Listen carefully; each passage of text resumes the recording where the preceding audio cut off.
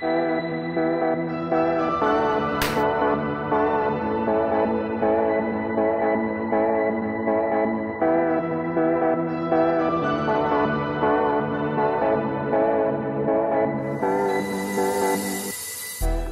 bitartez irakurri, ikusi edo entzun daitezke txapaldizkariko elkarrizketa hauek, hori da gure formatua, eta Iñigo Martínez Peña idazle eta filosofo eta irakaslearekin batera argitaratu berri duen liburuan inguruan berba egingo du.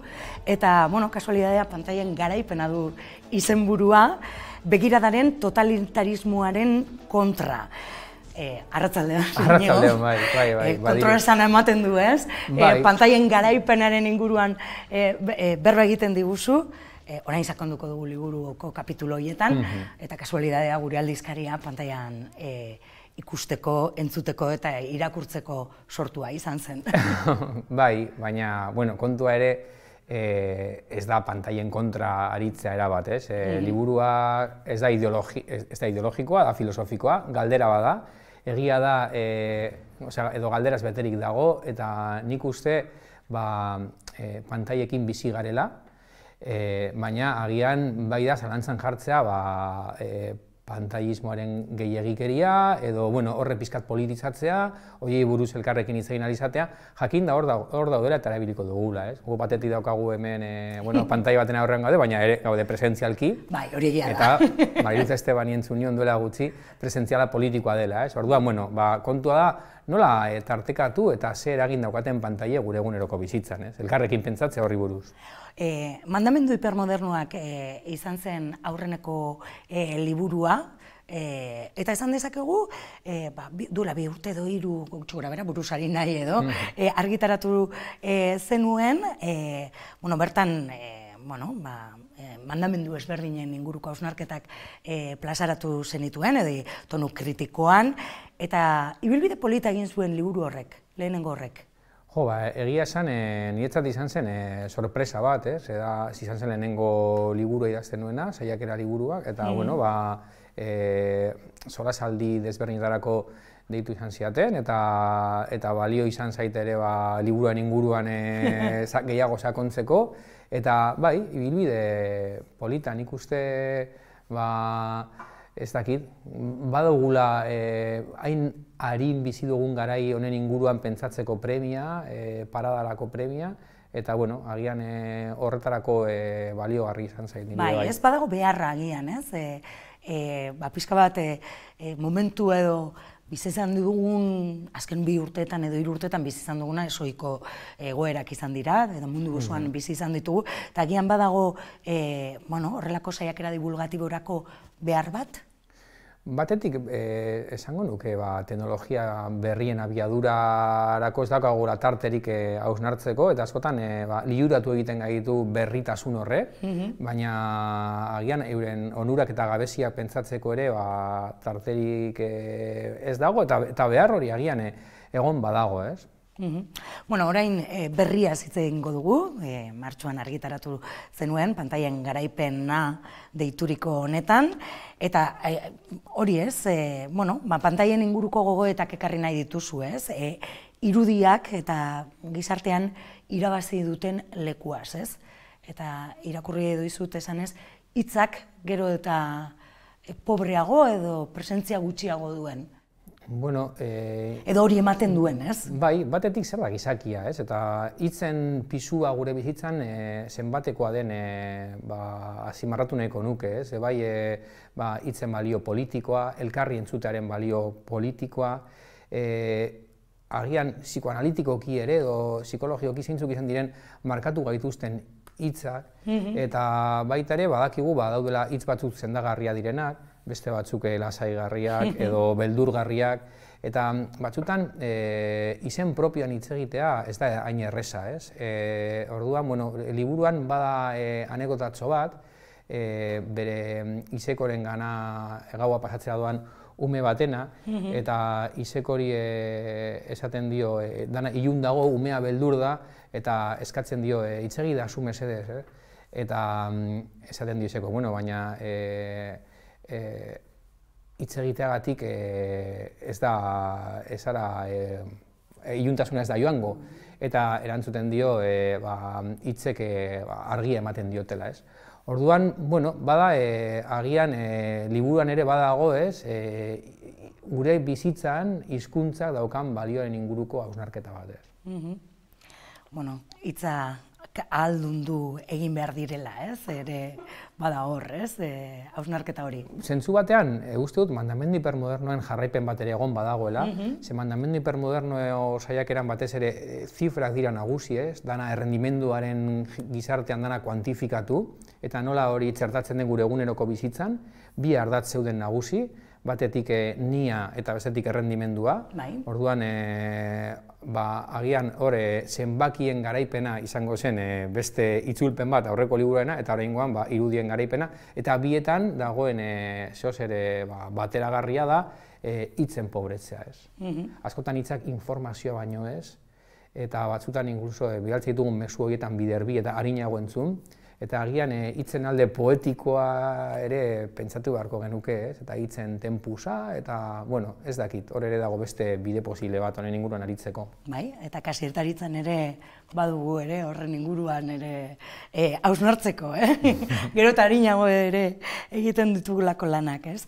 11 kapitulutan banatuta dago, ez? Edo 11 hausnarketa ezberdin planteatzen dituzu liburuan, eta dena dela, denetan edo daukagu susmoa digitalizazioaren ondorioz, ez? Datorrela ere bizi dugun aro hau edo momentu hau. Bai, bueno, pisua dauka digitalizazioak noski, baina ertz gehiago daude, ez? Kultura bisual horretan, ez? Nola audiozetik bizuzera pasatzen den ja berpizkundean hor dago autopsiak, besalioren ekarpena, eta momentu batean ezagutzeko begiak ireki, gorpua zabaldu, eta gero eta importanteagoa da norberak ikustea. Eta bueno, hor daude halako hasi batzuk, ez? Gero Gide Bordek hitz egiten zuen espektakuluaren gizarteaz, eta bueno, gaur egun ez da inbeste irudiaren totalitarismoa, ze alde batetik zientzia unibertsoen azken bazterrak ikustaraztea du helburu, politikoki ere intimidadetik kanpo guztiok ikusgarri bihurtu, eta baita ere komunikabidetik dana ikuskizun. Orduan, agian badaude hor, kultura bisual, gehiegizko kultura bisual horren ertz ezberdina lotzeko digitalizazioaz gain, kapitalismo digitalaren inguruan ere hausnartu daiteke, baina nik uste zabalagoa dela ideia. Liburuak dauka arkitektura bat oso simplea niretzako. Begiraden inguruan egiten duzu, ez? Bai. Begirada non paratzen dugun, ez? Horren... Hori da, bai. Ikuspegi bizkat espazialki edo arkitektonikoki edo buruan neukan egitura zen kokatzea, ez? Goitik, berako begirada, atzera begira, eta orduan pixkat iragana nola arakatzen dugun, ez? Gure grabazioetan, gure etorkizunari begira, aurreikuspen digitala, eta orduan, pixkat, ez? Goitik, barrura begira, puntu horiek ezarri, eta horren inguruan, kapitulo bakoitzak, hortik jotzen du, amaitzeko ikusezinaren aldeko esparruak pentsatzen, ez? Bai, ez? Baita ere, kapitulu batek, badira batzuk, irakurlea ere pentsarazten jartzen duena, ez? Ez da bakarrik bera begira, ez? Pantaiari begira, baizik eta nondik begiratzen gaituzten, eta hor, gure hirietan ditugun kamera guztien inguruan, behar egiten diguzu edo datu batzuk ematen dizkiguzu ere, eta hor badago, zer pentsatu ematen duena ere, ez? Bueno, bideokameren garaipena segurtasunen izenean, baina niretzat digarria da bai, ez, irakurtzea, eskondan jarreko inspektoreari, horrek ez dituela delitu kopurua jetxiarazi, ez? Orduan, batetik, aipatzen dut hori, Londres omen da munduko hiririk zainduena. Kameren bitartez. Kameren bitartez. Uste dut 14 biztaleko kamera badagoela, gutxi gora bera handik paseoan goazela 300 aldiz agertuko gara filmatuta, eta hala ere, jende asko, eta hau da kezkagarria, animatu egiten da, delituak edo egitera, justo kamera dagoen tokian, azken finean, espektakuloa eta segurtasuna nahastu egiten direlako. Eta askotan ikusten dugu, zelan jipoiak ematen diren mugikorrekin grabatu eta gero horiek partekatzeko, zabaltzeko. Orduan badago hor zer, bideokamararen aurrean, espektakulua eta segurtasunen arteko niretzat nahasketa esan bezala kezkagarria. Eta orduan jartzen ditugu bideokamerak edonon, baina aldi berean horrek ze funtzio daukan, gastu handia hori bai. Eta hor nik uste dagoela teknokraziaren askotan garaipen itxu bat, hausnarketa gehiagirik gabekoa. Eta gero ere, agian ez dagoela denbora materialik ere edo personarik hori grabatzen ari den hori ikusteko, ez? Bai, hori ere da datu harrigarri bat, dana grabatuta 24 ordu eta gero ezinezkoa da horren jarraipenik egitea, ez?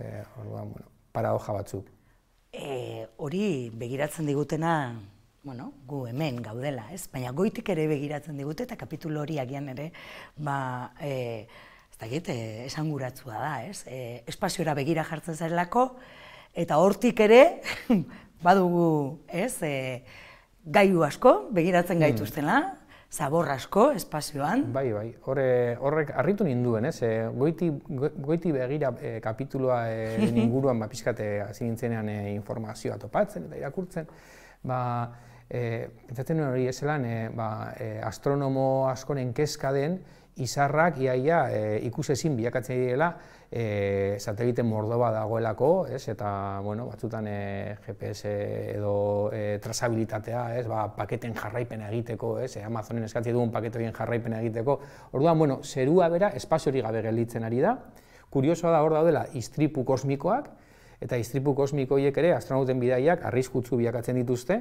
Orduan, gure ez dakite, atmosfera bera zabortegi handi bat bilakatzen ari da, ez. Baina gailu horiek espazioan daudena ezinbestekoak dira pantailaren aroa elikatzeko, ez?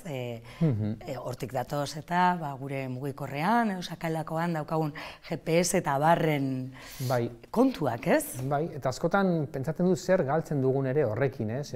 Ze makinak gidatzen gaitu, ematen dizkigu aginduak, nora joan, egoten dira horrelako... Eskara galtzen. Bueno, eta akatzak egoten dira bai, eta hori agertzen da bai ezelan japoniar turista batzuk hartu ziren hondartzan GPS-ak errepideak markatzen zuelako hortik eta haiek aurrera itsasorantza, GPS-ak hau badio aurrera goaz, ez?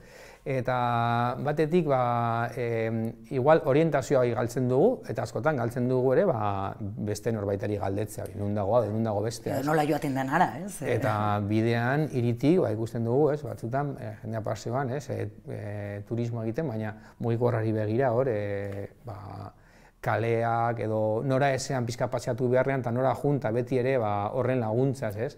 Eta, zer irabazi, zer galdu, hor daude galdera niretzako bai, ez? Beste galdera bat ere da, eta, gerra egiteko ere, pantailak eta teknologia ezinbestekoa bilakatu dela. Hore, Joseba Zulaika antropologoaren azken liburua, devastadora, dron hiltzaileen inguruan, eta, estatu batuetako ejerzitoan zelan erabiltzen dituzten, gailu horiek, eta hori bai begira da hiltzailea ez, erabat. Baina, barrura begira ere jartzen zara, eta kapitulu hau ere interesgarria da, ez? Azkenean, osasungintzari ere eta osasunari edo gure gorputzari ere begira jartzen zara, ez? Hor bada, begirada bat, ez? Medikuek egiten dutena, ez? Kuriosoa da kontatzen duzuna auskultatzearen asuntoa, ez? Gero eta gutxiago egiten omen dute medikuek ariketa hori, ez? Gorputza entzutearena. Gehiago begiratu egiten dute edo ikusi, ez? Bai, ezin ditugu egia da eskanerren onurak ukatu, eta hor daude eta erabilgarria dira oso. Baina, badago medikuntzaren beste bide bat, agian pizkat galtzen ari dena, eta esan bezala auskultare, bere etimologikoki adi entzutea esan nahi du, eta askotan niri lagun medikuek ere kontatuta, pazientek nahi dituzte entzunak izatea, ez dakit, tarte bat ukitzea ere haiek ikutzeko, eta praktika horiek badaukate bere ondorio terapeutikoa ere bai, ez? Eta, bueno, agian horiek partekatzea da kontua, ez? Bai, gero ere kontatzen duzuna, eskanerrak azkenean osasungintzan ekarri badu onura oso handia, beste erabilpen batzuk ere badituela eskaner batek, ez? Irudi horiek, bestelako leku batzuetan ere erabiltzen direlako, aireportuetan esaterako, ez? Bai, kontrol gisa, eta, bueno, noraino, ez? Intimidadearen inguruko galdera politikoa ere hor dago, ez? Eta kezka hori zabaldu da, bebai, bueno, polizien begirada hori, ez? Eskanerrek arropa zeharkatzen, eta, bueno, bebai galdera etiko batzuk hor, ez? Begirada guzti hauekin irakurleari zer sorrarazi nahi diozu, ezin egona, pizka bat, egia zen ez zara jartzen ere lehengoari begira, ez? Lehen nolakoa ginen, ez? Osea, bueno, datu eta anekdota batzuk kontatzen dira, baina aldi berean, bueno, hor, badira. Batetik, gure, ez, pantailen garaipena erabatekoa izatea, izango zen kontua. Beste batetik badago kezka bat, ez, arretaren inguruan, ez, egia da, kapitalismo digitalari erreparatzen badiogu, oso kuriosoa zenbat, gure datu horiek lehen gai bilakatu direla haientzako, orduan lana eta isialdian arteko mugarik ez dago, kontua gu jarraitzea hor datu horiek sortzen, datu horiek gero saldu egingo dituztelako, niretzat batzutan ere bizkat arraroa da nun eta nola erabiltzen diren, baina antza horrek dirutza bat produzitzen du. Entzun izan dugu itxaldiren batean eta aldi berean ere zaten duzu, nire datuak nori interesatuko zaizkio, ez? Bai, baina antza bai, ez? Horrela da, bai. Eta orduan, bueno, gero eta denbora gehiago ematen baldin badugu horretan, ematen ari gara hor ez dakit Silicon Valleyko enpresa horiei, airearen jabei dirua. Baina dena den, bai, liburuaren helburua da, bai pentsatzea zirrikituetan, eta agian azken kapituluan behintzat ikusezinaren alde egitea, zentzu ezberdinetan, zentzu pedagogikoan importantea den, ez une oro norbaiten begiraren menpe ez egotea. Irakurri nion, momentu batean umeek pentsatzen dute bere pentsamendu guztiak ikusgarri direla, ez? Haurtzaroan, gurasoek jakin badakitela zer pentsatzen ari diren. Eta ze importantea den, konturatzea zure pentsamenduak ikusezina direla. Norbera bere fantasiak ikusi aldituela, baina intimidadean gorde aldituela, ez? Eta hori da, subjektibotasunerako momentu oso importantea, eta askotan nola jakin hori, ez? Gezurren bidez. Gezur bat esan alba dizut, eta ez bazara horretaz hartzen, nire pentsamenduak ez dituzu ikusten. Eta beraz, batzutan ere kontuz, ibili behar garela dio Sigmund Freudek, umeen gezurrak gehiegi moralizatzearekin, galdetu beharko genioke ze funtzio daukaten. Hori pedagogikoki, eskutaketan jolastea beste kontu bat, politikoki aipatu dugu, ez, intimidadearen gordeleku behar duela izan, ez, eta gardentasunaren politikaren atzean askotan, ez dakit, izkutat, galdu egiten dugula intimidade hori. Eta gero, pentsatzen nuen ere, ikusezinaren alde erotikoa, ze Byung-Chul Han dio gure gizartea dela oso gizarte pornografikoa, dana ikustera ematea dela kontua, ez?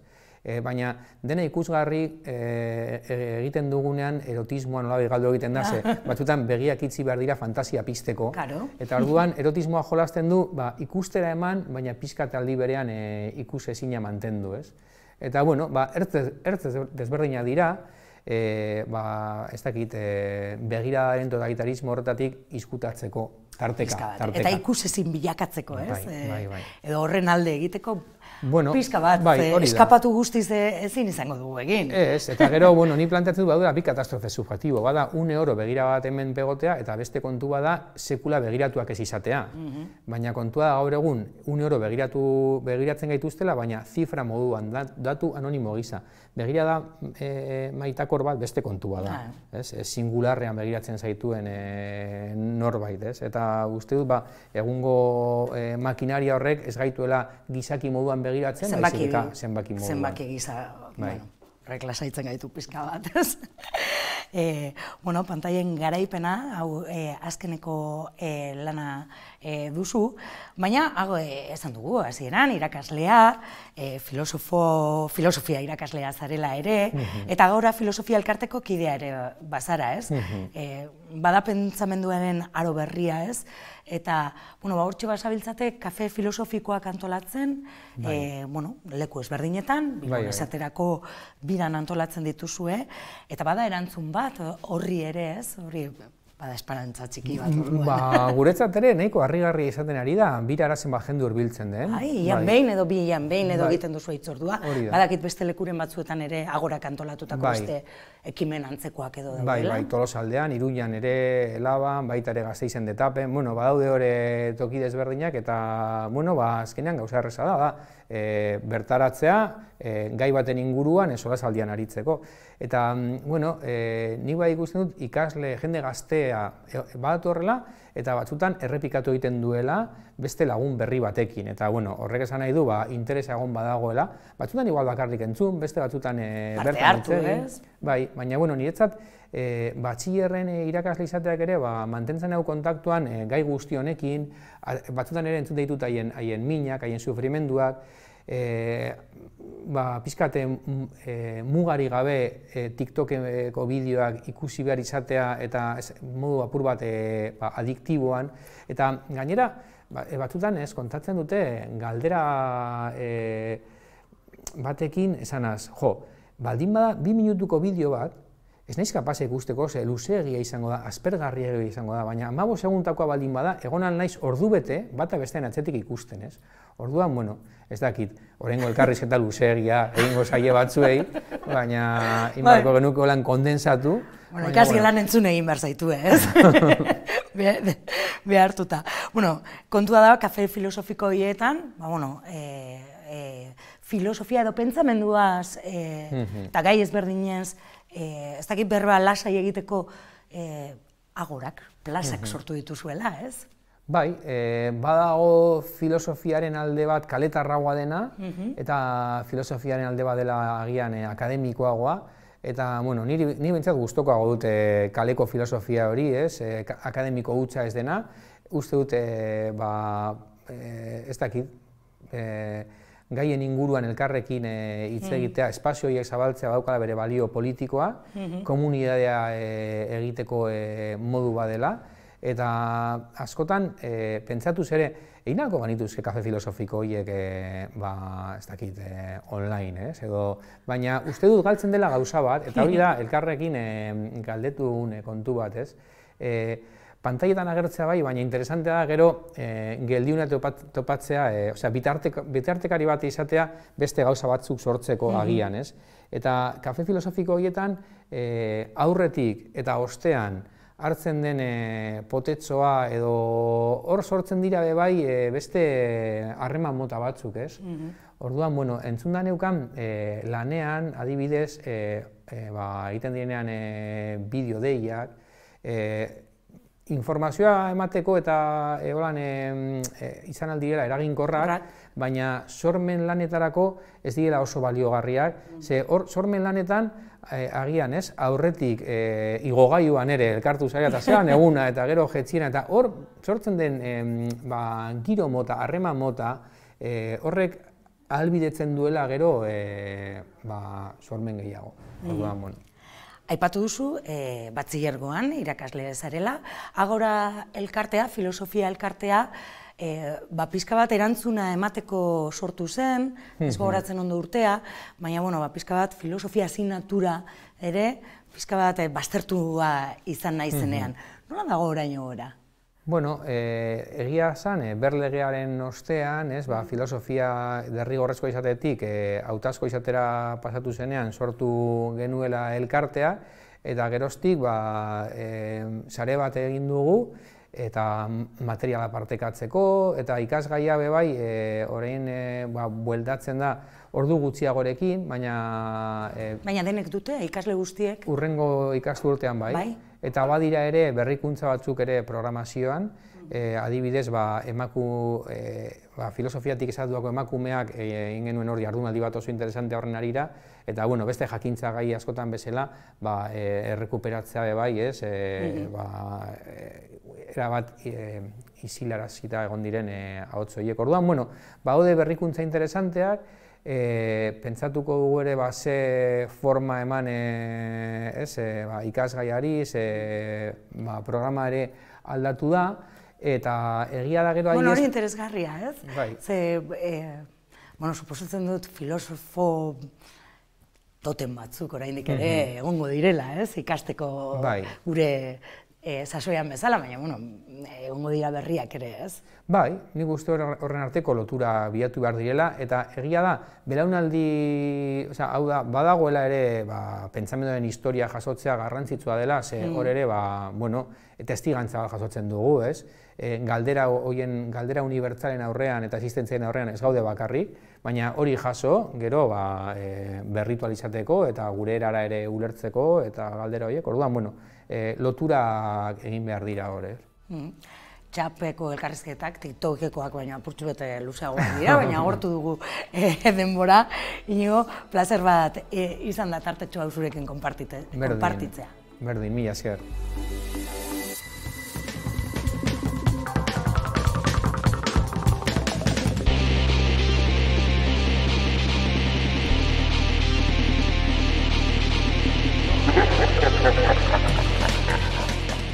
Filosofiak zentzua eta erantzunak ematen ditu, ala galdera eta duda gehiago. Bien arteko tirabira bada, egia da, azken hitzik ez dagoela, eta orduan, batzutan erantzuna lasaigarria dira, eta hori parada badaukagu, baina beti ere gero agertzen da galderen zirrikituren bat, orduan, bien arteko dantza bada, filosofia bai. Filosofo maitatuak zeintzuk. Ikaslei galdezka, seguronik, azterketan sartzen ez diren horiek. Nire aldetik boladaka joan naiz, eta azken aldian Byung-Chul Han, pentsalari korearra irakurri izan dut nahiko, noren agertzen liburua bebai gustoko dute Bakardadearen mendea, eta Agustina Arrieta, Gaueko eztabaida liburuan, nire irakasle maite izan zen eta oso gustora irakurtzen dudan beste filosofoa da. Emakume filosofoak ahaztuak ala ezabatuak izan dira. Ahaztuak batez ere, eta orain badago gogorazteko tarte bat, ez? Ez bakarrik izen propio gehiago eta hori bebai gehitzeko, baizik eta agian, pentsatzeko modu berriak eta gai berriak ere eskuratzeko. Hala ere, Sokratesek otoruntza, elkarrizketa klasikoan dio, ikasi duen guztia diotimak irakatzi diola. Orduan, hor daukagu, bere testigantza bat, naiz eta diotima hori buruz ezer ez dakigun, filosofiaren jatorrian, zelan jartzen duen berak, emakume horren izena, bere irakasle gisa. Pantailen aroan garai analogikoen nostalgia, bada niretzako galdera arriskutsu bat, ze ez nuke nostalgian jauzi nahiko, ez dago paraisu galdurik, ez dago nora bueltatu. Egin behar duguna, tokatu zaigun munduarekin batera izango da. Orduan, ez da beste urrezko garaiak, aintzineko urrezko garaiak topatzea, ez direlako egon, baizik eta garai bakoitzak dauzkan zauriak eta minak elkarrekin partekatzea bizitza bizigarriago baten alde. SMS-a, posta elektronikoa, ala gutuna nahiago. Mandamendu hipermodernoak idatzi ondoren, gutun bat heldu zitzaidan. Ezagun batek eskatu zian helbidea, ez nekien oso ondo zertarako, pentsatzen nuen aldizkaria bidaltzeko edo, eta heldu zitzaidan gutun bat, aspaldiko partez, eskuz, papeles eta lumaz idatzia, eta egiten zuen liburu saiakera horren inguruko hausnarketa bat, eta niretzat izan zen zoragarria. Egungo busoietan fakturak, propaganda besterik ez dago. Orduan, egia da, gutunen poetika gustatzen zaidala. Gero, posta elektronikoekin nahiko gainezka gaude, eta uste dut dagoela komunikazio asko, baina komunitate gutxi, ez? Halako zarata digital bat, eta, ez dakit horrei ere mugaren bat jartzea ondo legoke. Zein da gaur egungo agora? Twitter, Instagram, TikTok, ez dakit horiek sare sozialak diren edo sare asozialak, ez? Zenbat elkartzen gaituzten eta zenbat urruntzen gaituzten. Aurrekoan ikasle batek esaten zidan, zenbat adibidez, ez? Aldaketa klimatikoaren inguruan zenbat bideo potente ikusi ditugun sare sozialetan, eta ze gutxi, momentuan inpaktua daukate, baina gero ze ondorio politiko gutxi eduki dituzten horiek, eta zergatik, ez? Eta klasean hitz egiten genuen, eta pentsatzen, edo esaten zuten ikasle batzuk modu nahiko interesgarrian, agian espektakulo gisa ikusten ditugula, bakoitzak bere sofan. Orduan, ze agora mota diren horiek ere pentsa beharko genuke, ez? Zein da ulertzeko zailena izan den filosofoa? Badira batzuk, ez, euren jerga oso teknikoa erabiltzen dutenak, ez? Heidegger bat eduki ahal dugu buruan edo horrelako hainbat, baina, niri pentsatzen du batzutan, zein da niretzako